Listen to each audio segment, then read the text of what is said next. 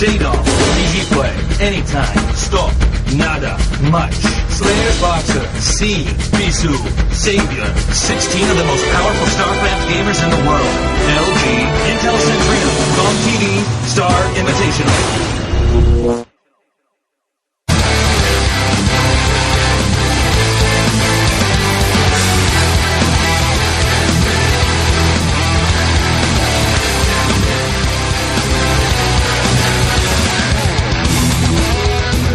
Welcome back to the GOM TV StarCraft Invitational. This is Nick Tasteless Plot, broadcasting to you from Seoul, Korea. I never get tired of saying it. We are in the final round of the quarterfinals. We have the badass C versus the other badass Stork. Terran versus Protoss. C ranked 5th, the highest ranked Terran in Keswa right now. Stork ranked 2nd, also known as the World Cyber Games Grand Finalist winner. This should be a very, very exciting game. The map listing is Blue Storm Katrina, and if it goes to the third game, Beck Magoji. This is just going to turn out to be an exciting game. I can't wait to see who is going to be the final person to make it into the top 4. We already have Flash, Anytime, and Berserker, also known as Iris. Again, that leaves us with 2 Terrans and a Protoss for the possible winners of the GOM TV StarCraft Invitational. J-Dong has already been eliminated by Flash in an epic game of non-stop cheesing with non-stop cheese deflecting. Really, really exciting. In our recent game, we just saw Berserker take down the monster that is Bisu. And I have to say, I wasn't too pleased with Bisu's build. I did profess my love for him before the game started, but now I'm not all about him anymore since he got slayed that easily.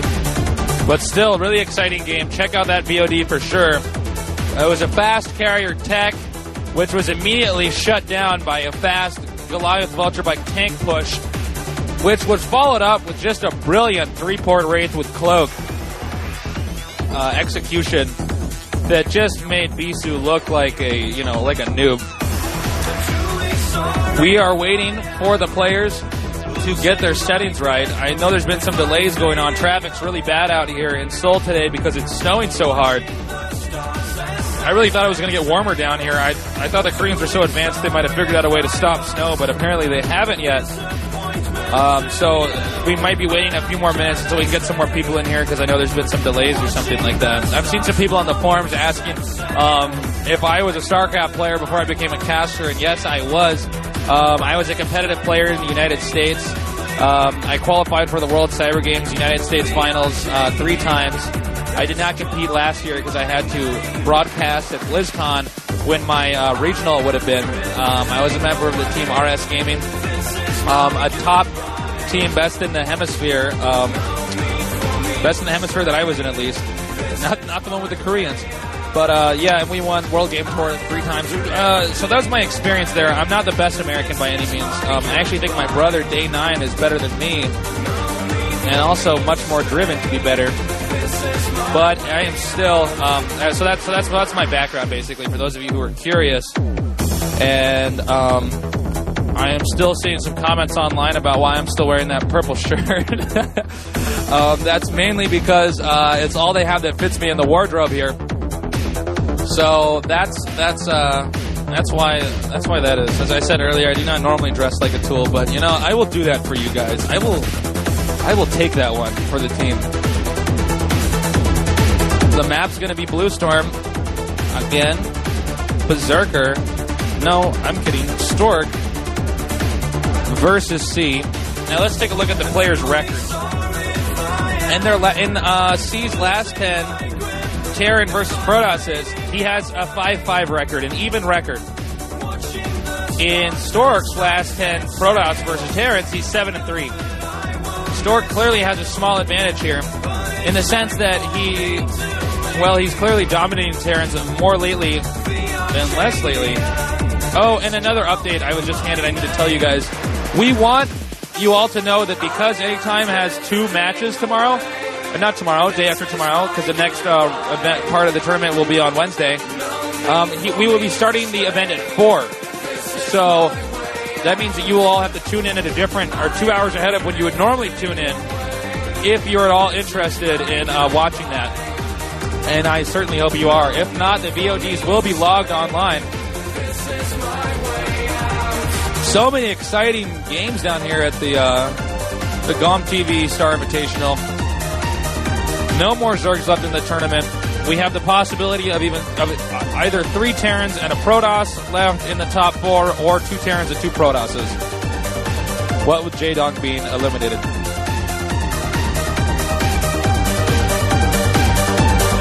Again, it's very packed down here. The atmosphere is very exciting. It looks like there's more girls here today than guys. It looked like yesterday more guys than girls. A lot of fans for a lot of these amazing players. Looks like we've still got some more time to kill. Stork versus C. I have to say, Stork's a really impressive player to me. He's a player that really knows how to execute early build orders just to sheer perfection, and knows how to gain that early advantage. He's weaker against Zerg, but that doesn't matter because there are no Zerg in this. Looking at the forums now, somebody says, yes, Iris, who's also known as Berserker, finally someone beats the insta-win carriers on Katrina. Yeah, I'm not surprised by that either. I think there were actually just better methods that Bisu could have utilized to get carriers. I think he just did it in a bad pattern. Someone says, absolutely awesome and great game. Great coordination by Berserker. He is totally back. Someone else says, wow, Berserker was so prepared for this game. I agree with all 3 of those statements. He knew that carriers were going to happen, and it looks like Protosses have now been rushing for the carriers a little bit too quickly to the point where Terrans just push early on anyways. It might even be wiser for Protosses to start massing up more units and then get the carriers, just because Terran might end up falling into a trap of assuming that the carriers are coming earlier than they actually are, and then they could get their armies run over. I don't know. So much psychology in this game. Topple that on with micro, macro, and the sheer strategy of how these players execute their builds. It makes for a really exciting game. This is why StarCraft is the best esport. This is why all other RTS games are not necessarily bad, but just not as competitive as this. And don't say that they are as competitive as this. I will stab you in the heart if you think that, because that is just not true. This is the most extreme game ever. Here we have C in the booth, warming his hands up on a wet rag, so that he has the agility he needs with his fingers. He's a very good player, one of the younger players on the scene, ranked 5th in Kespa, as I've said before. He made it out of his group with ease, I believe 3-0ing everyone. And, I think as time has passed, he's proven to be a very, very strong player. He's not always the most consistent. He's much stronger in Pro League games rather than individual league games. But he's proving to do pretty damn well in this individual league. Oh, look at that. It even says that on the screen there. I didn't actually see that. Now, I think, though, in order to beat Stork, it's going to be a tough uphill battle for him. This is not a best of 1. This is a best of 3, and Stork is very consistent against Terran. Stork going 1-2, or 2-1 in his group, losing to the Berserker. Once again, Berserker just having some very dominant Terran versus Protoss in this tournament. We're going to have to ask ourselves the same question. Is C going to be as dominant against the number 2 ranked player in Kespa? A player who's known for engineering just excellent builds that allow him to maintain that advantage and that early game macro. I've actually sat behind Stork and watched him play, and he doesn't seem to go as fast as other pros, but apparently his mind is working even faster. So, yeah, he's a very strong player. I'm very excited to see how this game is going to unfold. See, has failed to advance to the semi-quarterfinals in both of the network individual leagues. So this league clearly means a lot to him. Adjusting his headphones now, making sure they're comfortable. He wouldn't want that to pop out of his ear, because once the game starts, he has no chance to take his noise blockers off and fix that. So he has to make sure it's in there perfectly. Because in StarCraft, mean, these are guys that have 300 to 400 actions per minute. You're not allowed to pause either. So once the game starts, I mean, hey, it might even go on for hours, but there's no stopping. And judging from the inflection of the Korean commentators' voices, I'm starting to think we're getting closer to the beginning of the game.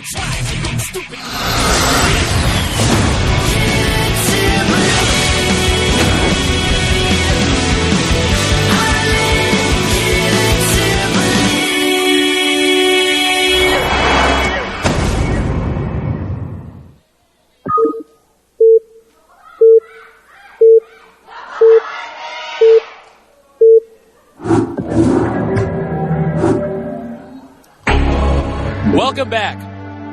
C at the bottom left. And on this one-on-one map, that makes it very easy to find Stork, who will be at the top right now. We're getting a shot of C. He knows how good his opponent is.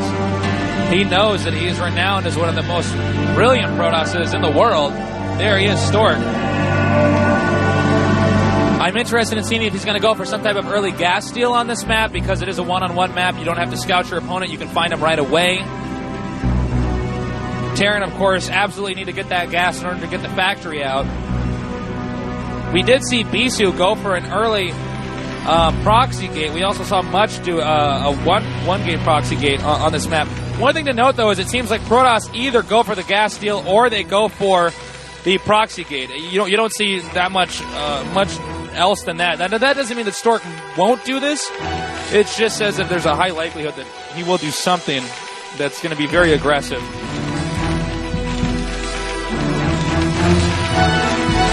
Terran not walling in, and it looks like Protoss will actually not go for anything aggressive yet. We have not seen the probe move out of his base yet. Gateway now. Stork actually going for a very, very standard by-the-book build. I'm interested in seeing how this unfolds, if this works for him or against him. He is not scouted yet, so clearly he's fine doing this build against anything that the Terran can do. Note the positioning of the barracks next to the command center makes it easy for Marines to get in between the command center and the barracks in a location that Zealots cannot do damage to them. However, that doesn't matter because Stork is clearly confident just doing a build that is, safe and economical.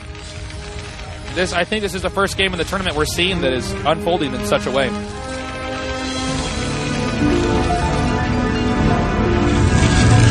There's the Cybernetic Spore, positioned behind the minerals to stop the scouting SCVs from doing that loop-de-loop scouting SCV thing where they run around in circles endlessly. That pisses me off when they do that to me. That's why you always want to build at least one building back there so that they can't endlessly do that. Second pylon position here to make it a little bit harder for Vulture Bikes to get around into the main. He'll probably have more pylons there later on, or at least Dragoons to complete the block.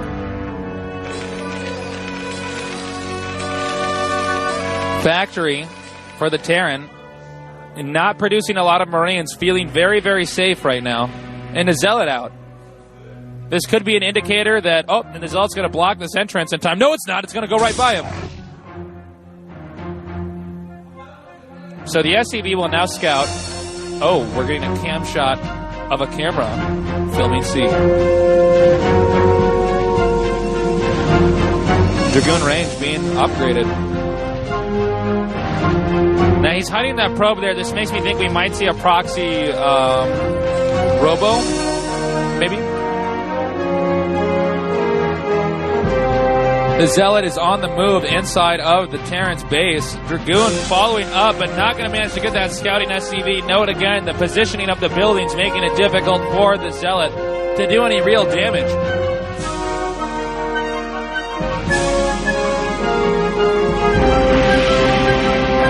Now the scouting SCV is entering the base. Note this hidden pylon. Okay, he will be at least a little cheesy this game. Now, can C identify the fact that there is a pylon which is a few seconds, or is out a few seconds later? It is missing, essentially. Is this SCV going to get out of here again?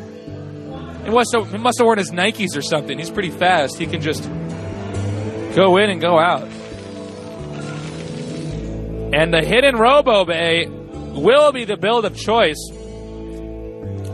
Now, if C has noticed the fact that there's a pylon missing, he may not have because he didn't get a full glimpse of the Protoss base. C may respond accordingly by sending a scouting SCV around the map to check all the usual locations, and Stork has certainly built it in one of the usual locations.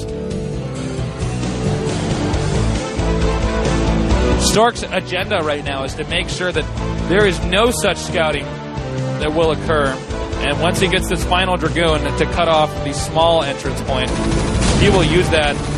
Now he's got to be very careful as he controls this. If he picks off that tank, it will be very bad for C, but he has not done so. Dragoon range has been completed. And here comes another Dragoon in here to help reinforce. And the command center is now being built, making the proxy Robo Bay build rather deadly. Note the probe did get stuck, so he will make that Robo Bay in the main.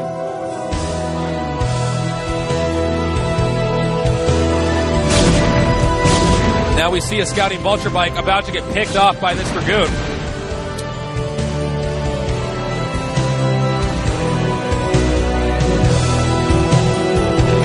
I'm very excited to see how this Reaver rush, so to speak, is going to work out. It looks like he's upgrading siege mode now. Protoss has been pushed back a little bit. Terran seems to be on the move now, but a Reaver could really screw things up for the Terran. Vulture Bike's not doing the best job in the world of planting mines. Now those mines will cut the Dragoons off from being too offensive. And here comes the scouting SCV. He's going to try to see if he can get some peek inside of the Protoss' base. And because the Robo support bay has been made inside of the Protoss' base, this early rush could be foiled. And it looks like the scouting SCV is going to get inside the base. Meanwhile, some Vulture Bikes are on the move. Tank now, realizing he might have to get into position. Now here he sees the... Yes, he has seen it. This could be very bad for Stork. He could lose this very fast, or it could go the other way around. It depends on how good he is at using this Reaver. He did drop the Dragoons in the small area over here. An all-in attack on the Terran base. And look at him go. Excellent micro. Picking off the tanks, and now the Reaver comes in. Can the Vulture Bikes do the damage that will allow him to come back? Reaver being dropped, but not killing as many probes as I would have expected in this moment. Now, if the Vulture Bikes can take out all of Stork's probes, he could lose very fast, although with the Reaver there, it's going to be very hard for Terry to do anything that will be along the line of recovery. Walling himself in with pylons now. He backs off, keeping the Vulture Bikes out. Bear in mind, though, that Scarabs cost minerals, so that if he wastes too many of these Scarabs and doesn't have any probes, the Reaver is nothing more than a giant paperweight. Stork has carefully walled himself off. Very, very nice move by Stork. And C has had to surrender due to Stork's pylon walling. C probably disappointed that he did not get the Vulture Bikes back there in time. Wow. Stork knows he barely won that game. C seems a little frustrated at that last loss. Wow. Incredible game. Stork is 1-0. Stay tuned, everyone. We got another game coming up soon.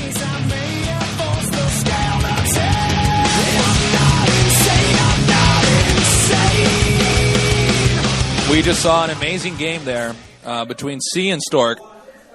Stork going for the proxy Reaver, C going for a pretty typical by-the-book build. And then as the game continued to progress, it just looked like he managed to sneak that Reaver in there and start doing damage. He dropped 4 Dragoons into the main.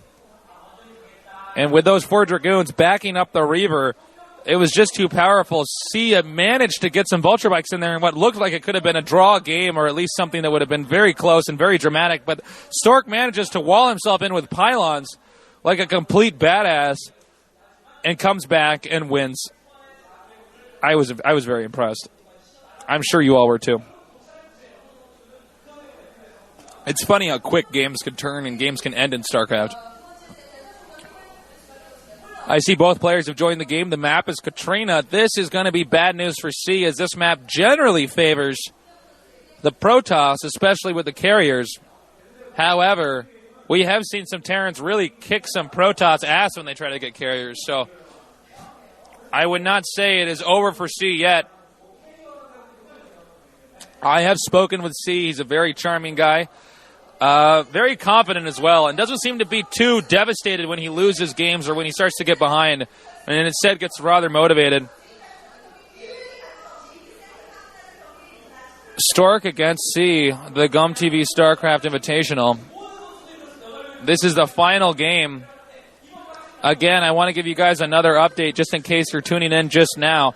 Anytime's game on Wednesday, the semifinal match, we will have to move that to start at 4 in the afternoon Korean time. I don't know what time that is for you. I'm sorry.